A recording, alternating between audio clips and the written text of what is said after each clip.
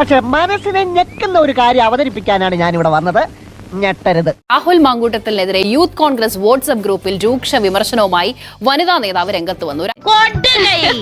പെണ്ണുങ്ങളായ ഇങ്ങനെ തന്നെ രാഹുലിനെതിരെ പെണ്ണുപിടിയൻ എന്ന ആരോപണം നിരന്തരം ഉണ്ടാകുന്നു. ഉറക്കം വരുന്നു. ആരോപണം സംഘടനയിൽ ചർച്ച ചെയ്യണമെന്നും രാഹുൽ തെറ്റുകാരനാണെങ്കിൽ മാറി നിൽക്കണമെന്നും വനിതാ നേതാവിന്റെ ശബ്ദ സന്ദേശത്തിൽ പറയുന്നു. യുവ നേതാവിനെ കുറിച്ചുള്ള പരാതി മറ്റുള്ള നേതാക്കളോട് പറഞ്ഞു. എന്നിട്ടും പരിഹാരം ഉണ്ടായില്ല. അയാൾ പിന്നീട് വലിയ വലിയ പോസ്റ്റുകളിലേക്ക് എത്തി. അപ്പോഴത്തേക്ക് ഒരു മാധ്യമക്കാരൻ ചോദിക്കുകയാണ്, അത് രാഹുൽ മാങ്കൂട്ടമാണോ? നോ കമന്റ്സ് എന്നാണ് അവളുടെ ഉത്തരം. ഇതേതാണ്ട് എലിക്കണിയിൽ സുനവെട്ടതുപോലെ സുനവെട്ട എടുക്കാനും പറ്റില്ല, കെണി ചുമന്നുകൊണ്ട് നടക്കുകയും ചെയ്യണം. എന്നാൽ നിങ്ങളുടെ പേര് ആരോപണ വിധേയമായി ടിവികളിലൊക്കെ കാണിക്കുകയാണ്. ഈ ഒരു വിഷയവുമായി ബന്ധപ്പെട്ട് നിങ്ങൾ നാളെ ആ വ്യക്തിക്ക്, ആ പെൺകുട്ടിക്കെതിരെ കേസ് കൊടുക്കണം. യൂത്ത് കോൺഗ്രസിന്റെ പേരിൽ ഇല്ലെങ്കിൽ ഉത്തരവാദിത്തപ്പെട്ട വൈസ് പ്രസിഡന്റുമാരോട് നിങ്ങൾ കൃത്യമായി കേസ് കൊടുക്കണം. കാരണം സത്യം സമൂഹത്തിന് അറിയണമല്ലോ. ഒരു പെണ്ണുപിടിയനായ ഒരു സംസ്ഥാന പ്രസിഡന്റ് അല്ല എന്നത് സമൂഹത്തിന് കാണിച്ചു കൊടുക്കേണ്ട ഉത്തരവാദിത്തം യൂത്ത് കോൺഗ്രസ് കമ്മിറ്റിക്ക് ഉണ്ടെന്ന് ഞാൻ വിശ്വസിക്കുന്നു. അത്രയും വേണം, കുറച്ച് കടുപ്പത്തിരിക്കട്ടെ. നിങ്ങൾ കൃത്യമായി ഇതിനൊരു മറുപടി കൊടുക്കണം, നിയമപരമായിട്ട് പോകണം. കാരണം ഇല്ലെങ്കിൽ നിങ്ങൾ തെറ്റ് ചെയ്തിട്ടില്ല എന്നുണ്ടെങ്കിൽ, അല്ലെങ്കിൽ നിങ്ങളല്ല ആ വ്യക്തിയെങ്കിൽ നിങ്ങളുടെ പേര് വലിച്ചിഴച്ച സംസ്ഥാന പ്രസിഡന്റ് കൂടിയാണ്. അതുകൊണ്ടാണ് ഞാൻ ഈ വോയിസ് ഞാൻ വീണ്ടും വീണ്ടും എടുത്തു പറയുന്നു. നിങ്ങൾ കൃത്യമായിട്ടത് ലീഗലി മൂവ് ചെയ്യണം.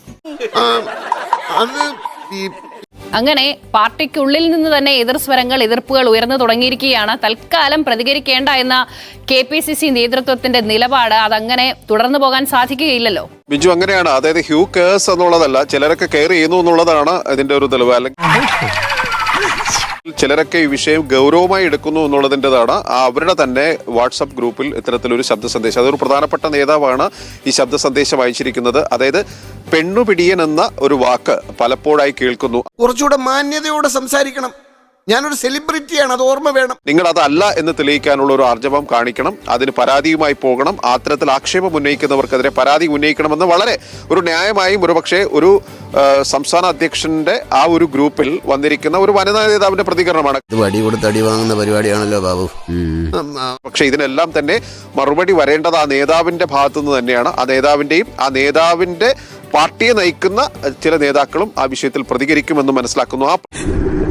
നിന്റെ കാര്യത്തിൽ തീരുമാനം. ഇനിയിപ്പോൾ ഈ നേതാവിന്റെ ഭാഗത്തു നിന്നുള്ള പ്രതികരണമാണ് വരേണ്ടത്. ഒരുപക്ഷെ പറയാം, ഈ പറയുന്ന ആദ്യം ആരോപണം ഉന്നയിച്ച വ്യക്തി ഏത് നേതാവെന്ന് പറഞ്ഞിട്ടില്ലല്ലോ, പേരെടുത്ത് പറഞ്ഞിട്ടില്ലല്ലോ, അപ്പോൾ എന്തിനു പ്രതികരിക്കണമെന്ന് ചോദിക്കാം. പക്ഷേ രണ്ടാമതൊരു ആരോപണം വന്നിട്ടുണ്ട്, അതിൽ പേര് കൃത്യമായി തന്നെ പറഞ്ഞിട്ടുണ്ട്.